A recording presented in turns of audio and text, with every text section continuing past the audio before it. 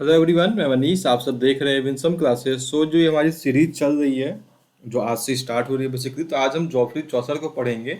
और ये सीरीज हमारी परीक्षा तक चलेगी, जूनियर सुपर 8 के एग्जाम तक। और आपको इस सीरीज में जो भी क्वेश्चंस करवाए जाएंगे टॉपिक वाइज, आपको एग्जाम में बहुत ही ज़्यादा हेल्प मिलेगी उन सारे क्वेश्चन से। ठीक है, तो स्टार्ट करते हैं आज के अपने पहले क्वेश्चन के साथ। Chaucer is criticised for lack of high seriousness by. तो देखो, मैथ्यू आर्नोल्ड की बायोग्राफी हमने पढ़ रखी है। उसमें जो है आर्नोल्ड जो है, जो बताते हैं, जो अपना उनका वर्क था ना, कि जो पोएम को इवेल्युएट करते हैं, तो उसने क्या बताया कि जो चौसर में हाई सीरियसनेस की कमी है, जो चौसर की पोइट्री के बारे में। ठीक है, so here is the option number D, Matthew Arnold is correct. चलिए, अब देखो, अब इम्पोर्टेंट इम्पोर्टेंट क्वेश्चंस आपके सामने आ रहे हैं। ठीक है, और सीरीज बड़ी शानदार चलेगी आप सभी के लिए परीक्षा तक। तो अगर पसंद आए तो इसको एक बार शेयर जरूर करिएगा अपने दोस्तों के साथ। कमेंट बॉक्स में मुझे जरूर बताइए कि आपको वीडियोस कैसे लग रहे हैं। ठीक है, नेक्स्ट क्वेश्चन इज कि अमोर विंसिट ओमनिया, जो चौसर का प्रोलोग था, the prologue of Canterbury tales, उसमें बताओ इसका मतलब क्या होता है। Love conquers nothing, love conquers all, love is blind, love is fatal. बड़ा अच्छा क्वेश्चन है दोस्तों। आपके एग्जाम में कहीं कहीं हो सकता है कि आपको क्योंकि टीजीटी पीजीटी में तो देखो पूछा जाता है फॉरेन वर्ड्स के, तो उस संदर्भ में भी आप इसको याद कर सकते हैं। Love conquers all, amor vincit omnia. ठीक है, चलिए। Who tells the tale of Melibeus and his wife Prudence. तो इसमें से कौन सा जो व्यक्ति है चारों में से, प्रायोरस, पोएट, होस्ट या फिर नाइट, जो कि सुनाता है मेलिबस और उसकी वाइफ प्रूडेंस की कहानी। ठीक है, तो बड़ा अच्छा क्वेश्चन है दोस्तों। जो पोएट रहता है वो इस टेल को सुनाता है। ठीक है, नाम क्या है इस टेल का दोस्तों? The tale of Melibeus. ठीक है, चलिए।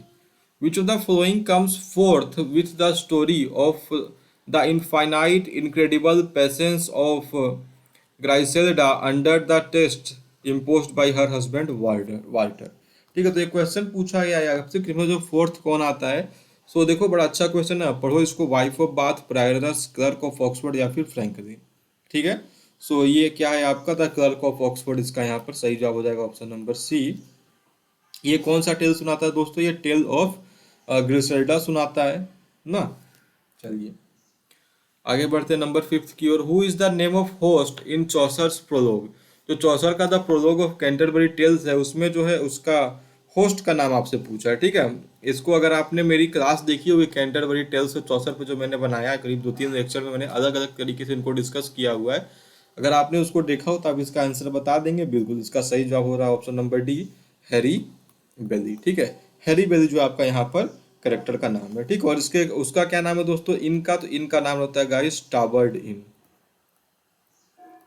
ठीक है, टावर्ड इन जो है इसके होटल का नाम रहता है। How many tales in all were written by Chaucer. तो चौसर के द्वारा कैंटरबरी टेल्स में बेसिकली यहाँ पे क्वेश्चन पूछा है कितने टेल्स लिखे गए? 24, 32, 64 या फिर 1028। ठीक है, तो सही जवाब हो जाएगा 24 टेल्स जो है चौसर ने यहाँ पे लिखे गाइस बेसिकली 24 टेल्स। कभी अगर आपसे पूछे तो कितना लिखा गया, तो 17,000 लाइन्स करीब इसमें है। ठीक है, और कौन सी भाषा है दोस्तों? तो वो मिडिल इंग्लिश थी। मिडिल इंग्लिश या मिडिल डायलेक्ट भी उसको आप पढ़ सकते हो, मिडिल इंग्लिश। ठीक है, और ये आप सभी लोग जानते हो कि चौसठ ने करीब 120 कहानियां लिखने का प्लान बनाया था ना, बट वो यहाँ पर कर नहीं पाते हैं ना। तो करीब 30 कैरेक्टर रहते हैं दोस्तों। दो उनको जाते टाइम सुनाना था थॉमस बेकेट की उस पे, और दो उनको आते टाइम। तो 2 + 2 4 स्टोरीज इंटू 30 बराबर हो गए कितने? 120।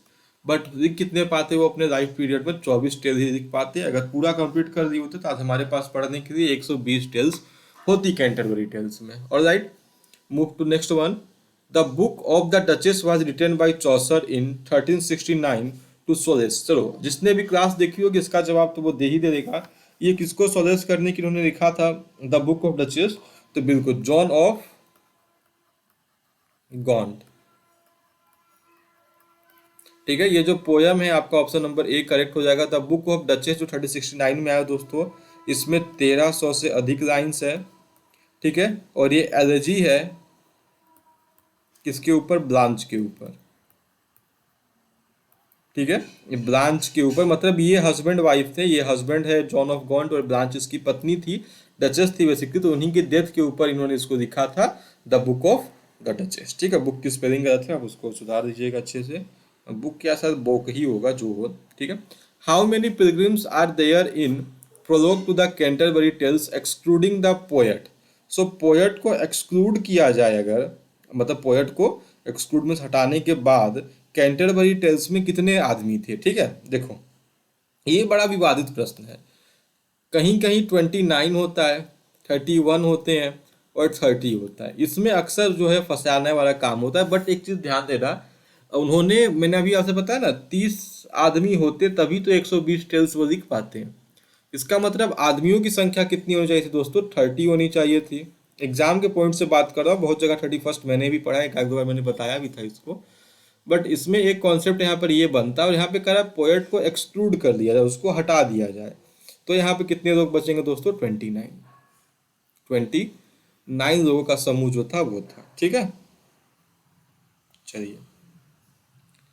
चौसर डेडिकेटेड हिज ट्रॉजर्स टू, जो ट्रॉजर्स एंड क्रेसिडा था चौसर का, उसने किसको डेडिकेट किया, तो वो डेडिकेट किया इसने किसको, जॉन गॉवर को। जॉन गॉवर जो चौसर के कॉन्टेम्प्ररी उनके फ्रेंड थे। ठीक है। सो जॉन गॉवर, अगर इसका टाइम पीरियड भी आप चाहो तो नोट कर सकते हो, 1330 से लेकर 1408 तक। ठीक है, चौसर के मरने के 8 साल बाद तक ये जीवित रहते हैं। बाकी किंग एडवर्ड सेकेंड और जॉन वाइक्लिफ विलियम लैंगलैंड, ये नहीं था। जॉन गॉवर यहाँ पर इसका एकदम सही जवाब होगा। The general prologue to the Canterbury tales describe the meeting of the pilgrims in. तो इसमें क्या बता रहा है, जो कैंटरबरी टेल्स का जो जनरल प्रोलॉग है, जो कहानी की शुरुआत हमारी होती है, तो उसमें हमें बताया गया कि सभी लोग जो है कहाँ जा रहे थे, tomb of Thomas Beckett Canterbury जा रहे थे। और वो सब कहाँ पे मिलते हैं दोस्तों, तो वो मिलते हैं द टावर्ड इन में। टावर्ड इन में क्यों मिलते हैं, क्योंकि उसके आगे जो चोर डाकू रहते हैं, तो जब कुछ लोग हो जाते हैं तो ये यहाँ से फिर आगे बढ़ना स्टार्ट कर देते हैं। ठीक है, चलो आगे देखो। The very idea of the Canterbury tales is believe to have taken from Boccaccio. So Boccaccio का कौन सा वर्क था जिससे इसको टेक किया गया दोस्तों, तो बोकेसियो का वर्क था डेकामिरियन, जो कि 1353 में बोकेसियो ने लिखा था। उससे जो है कहा जाता है कि जो कैंटरबरी टेल्स की जो आइडिया है वहाँ से ली गई है। ठीक है, बड़े अच्छे से देखो क्वेश्चन है गाइस। परीक्षा आपका जूनियर सुपर हिट का टारगेट है अभी ना, और भी अगर आप कोई सा भी एग्जाम में आप अगर दे रहे हो तो उसमें आपको काम जरूर करेगा ना, काम आपको यहाँ पर हो जाएगा। चलिए। In the Canterbury Tales the fictional inn where the pilgrims meet. जो फिक्शनल इन रहता है, जो कि काल्पनिक रहता है, वहाँ पे किसका क्या नाम है दोस्तों, टावर्ड इन है। बहुत बार पूछा जा चुका है और आपको ये अच्छे से याद भी हो चुका है। वो 12 का number C. To which kind of poetry does the Canterbury Tales belong. तो कैंटरबरी टेल्स जो है वो किस काइंड का पोयम है, एपिक है, ड्रामेटिक है, लिरिकल है, या फिर नरेटिव है। सो गाइस देखो, अगर आप इसको चाहो तो एक एपिक पोइट्री भी मान सकते थे इसको, और नरेटिव भी कर सकते हो। बट एपिक करना गलत हुआ क्योंकि इसमें कुछ टेल्स जो थे प्रोज के भी थे। सो ऑप्शन नंबर डी के साथ जाना मैं ज़्यादा पसंद करूंगा ना। जो एक था, ये एक कलेक्शन ऑफ स्टोरीज था और नरेटिव फ्रेम में था, तो इसको हम सब एक नरेटिव मानेंगे क्योंकि उस टाइम पीरियड पे जो जनरल ज़्यादा पॉपुलर था वो नरेटिव ही था। The pilgrims in the Canterbury Tales, जो कैंटरबरी टेल्स के जो पिलग्रिम्स थे वर गोइंग टू, वो कहाँ जा रहे थे दोस्तों, shrine of Saint Agnes at Canterbury, Saint Lucas at Jerusalem, Saint Thomas at Canterbury and Saint Mark in Southwark. बड़ा इजी सा क्वेश्चन है दोस्तों। ठीक है, अगर यहाँ से प्रॉब्लम हो, ये डीप में मैंने खूब डिस्कस किया कैंटरबरी टेल्स के, चौसर की पूरी लाइफ को, उनके वर्क्स वगैरह को। आप जाके उस वीडियो को जरूर देखिएगा, आपको एकदम अच्छे से समझ में आ जाएगा। ठीक है, चलिए। So shrine of saint Thomas Becket at Canterbury में वहाँ पे लोग जा रहे होते हैं। ठीक है। In which of his work does Chaucer set out for love tidings. So love tidings उसने किसने बताया दोस्तों, द हाउस ऑफ फेम में। द हाउस ऑफ फेम में जो आपको देखने को मिलता है लव टाइडिंग। ठीक है, चलिए। Who is father of English literature. तो इंग्लिश लिटरेचर के फादर के रूप में कंसिडर करते हैं हम सब जॉफरी चौसर को। ना ही शेक्सपियर, ना लैंगलैंड, ना ही John Donne, Geoffrey Chaucer. Chaucer was born around, Chaucer का जन्म कब से होता है दोस्तों, कब हुआ, तो 1340। आप सब पढ़ते हो द एज ऑफ चौसर में,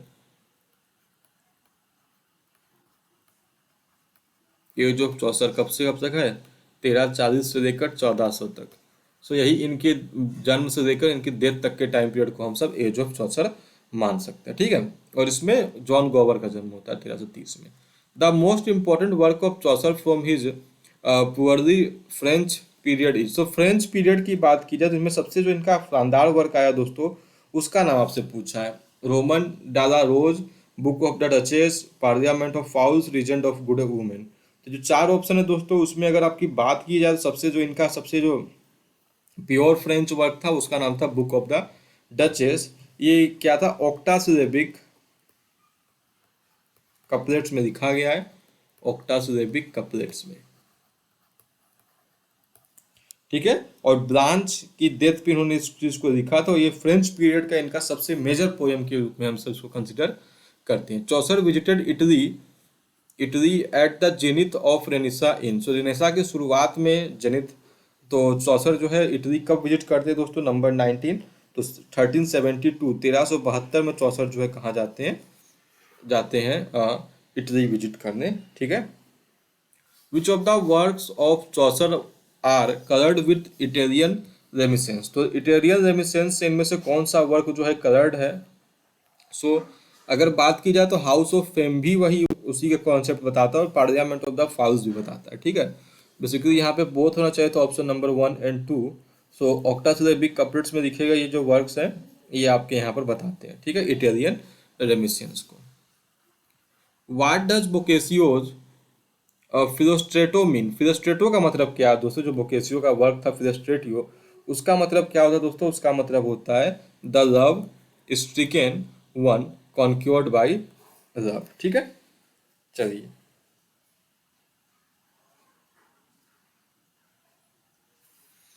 there is something common between Boccaccio's Filostrato and Chaucer, तो चौसर का कौन सा वर्क था जो बोकेसियो के फिलोस्ट्रेटो से मिलता है गाइस, तो बिल्कुल ट्रोजस एंड क्रेसिडी, आपको याद ही हो चुका होगा अब यहाँ पर इतना डिस्कस करने के बाद।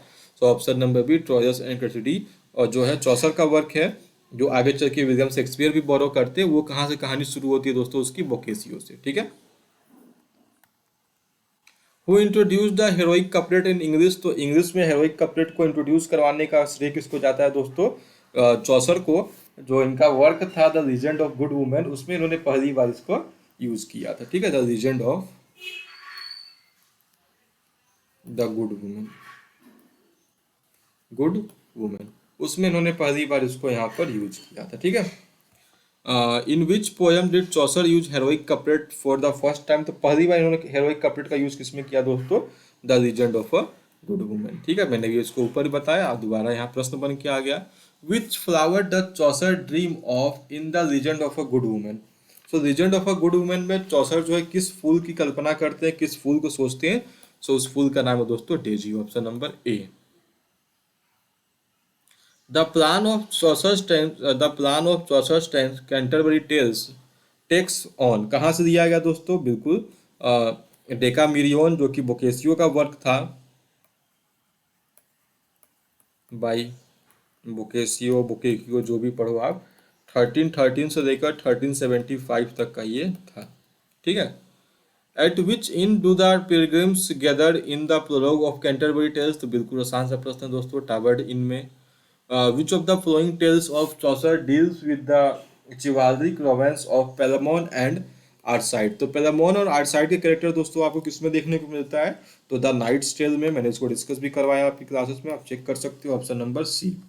लास्ट क्वेश्चन आज का हमारा, who tells the first tale, तो पहला टेल कौन सुनाता है दोस्तों, यहाँ पर द नाइट सुनाता है, ऑप्शन नंबर सी, ठीक है।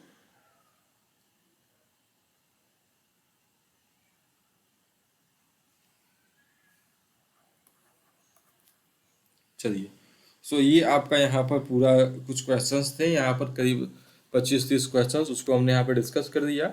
सो वीडियो पसंद आया तो इसको दोस्तों के साथ शेयर जरूर करिएगा, और फिर मिलते हैं कुछ और वीडियोस के साथ ऐसे ही इंपॉर्टेंट दूसरी लेक्चर्स में, जहाँ हम शेक्सपियर, ईट्स, मिल्टन, गाउसवर्दी, सारे इंपॉर्टेंट ऑथर्स को ऐसे ही छोटे छोटे वीडियोज़ के माध्यम से डिस्कस करेंगे, ठीक है।